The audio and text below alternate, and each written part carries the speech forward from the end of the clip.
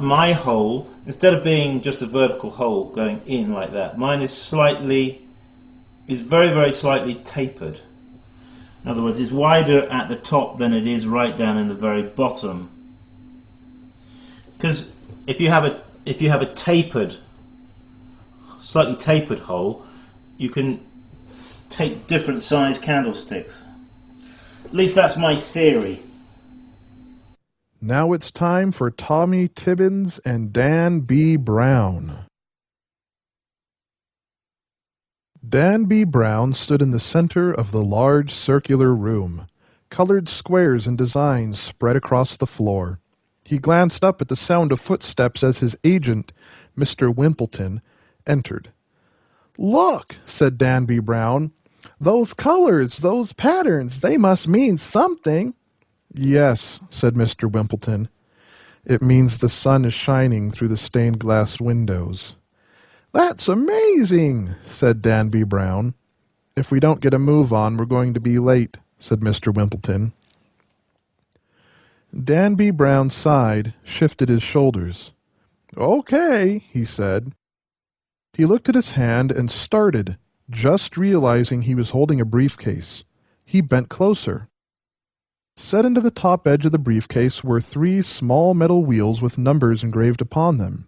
"Look at this! A code! I bet there's something special inside." "Whatever's inside, you put it there. That's your briefcase," said Mr. Wimpleton. "Yeah, well, I bet it's super secret," said Dan B. Brown. "Come on." Mr. Wimpleton led Dan B. Brown to the waiting plane outside. "We're going to Ducaville, Alaska." Dan B. Brown sat between Mr. Wimpleton and a young woman with a bejeweled purse on her lap. "Hi," he said with a leer. She glanced at him, then offered a polite hello, trying to avoid his gaze. "Did you know that in addition to being a really super great author, I'm also a singer and composer? Here, I'll sing for you." The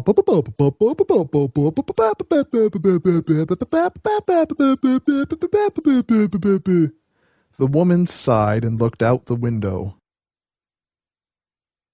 5 hours later, the plane's wheels touched down on the tarmac with a screech. The plane taxied to a stop. After a moment, a boarding tube extended to the doorway, which opened with a hiss.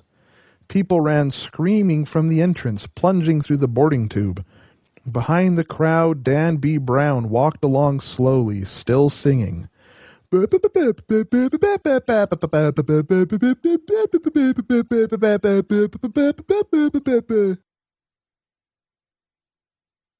Tibbins walked into book flaps. A string of people lined up before a table that stood on one side of the room. At the table sat Dan B. Brown signing copies of his book, The Secret Symbol. "I'm going to do it," he was saying. "I'm going to start writing a new book right now." The assembled crowd cheered. Dan B. Brown placed a stack of blank paper on the table before him, then climbed onto the table himself. He reached into his briefcase and pulled out a tube and a funnel.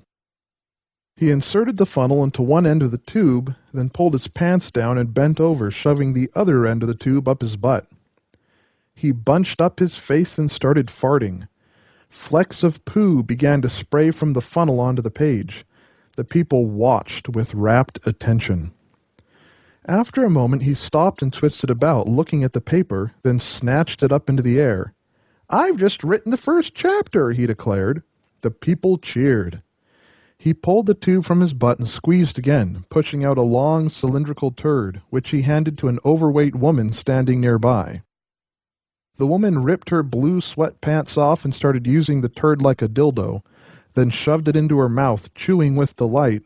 "Feed me more crap, Dan B. Brown," she said. She ran forward and shoved her face between his butt cheeks, licking hungrily at his butthole. He shivered and squeezed a fresh turd into her mouth. Tommy Tibbins, having completely forgotten why he came into the bookstore in the first place, turned around and left. That is Yoda Squirts Squirt 22. The website is yodasquirts.blogspot.com. You can email the show at yodasquirts@gmail.com. And you can even follow the show on Twitter at Yoda Squirts. One word. Tune in next time so I can bathe your ears and squirt again. That doesn't sound right, so I suppose that's how it's supposed to sound.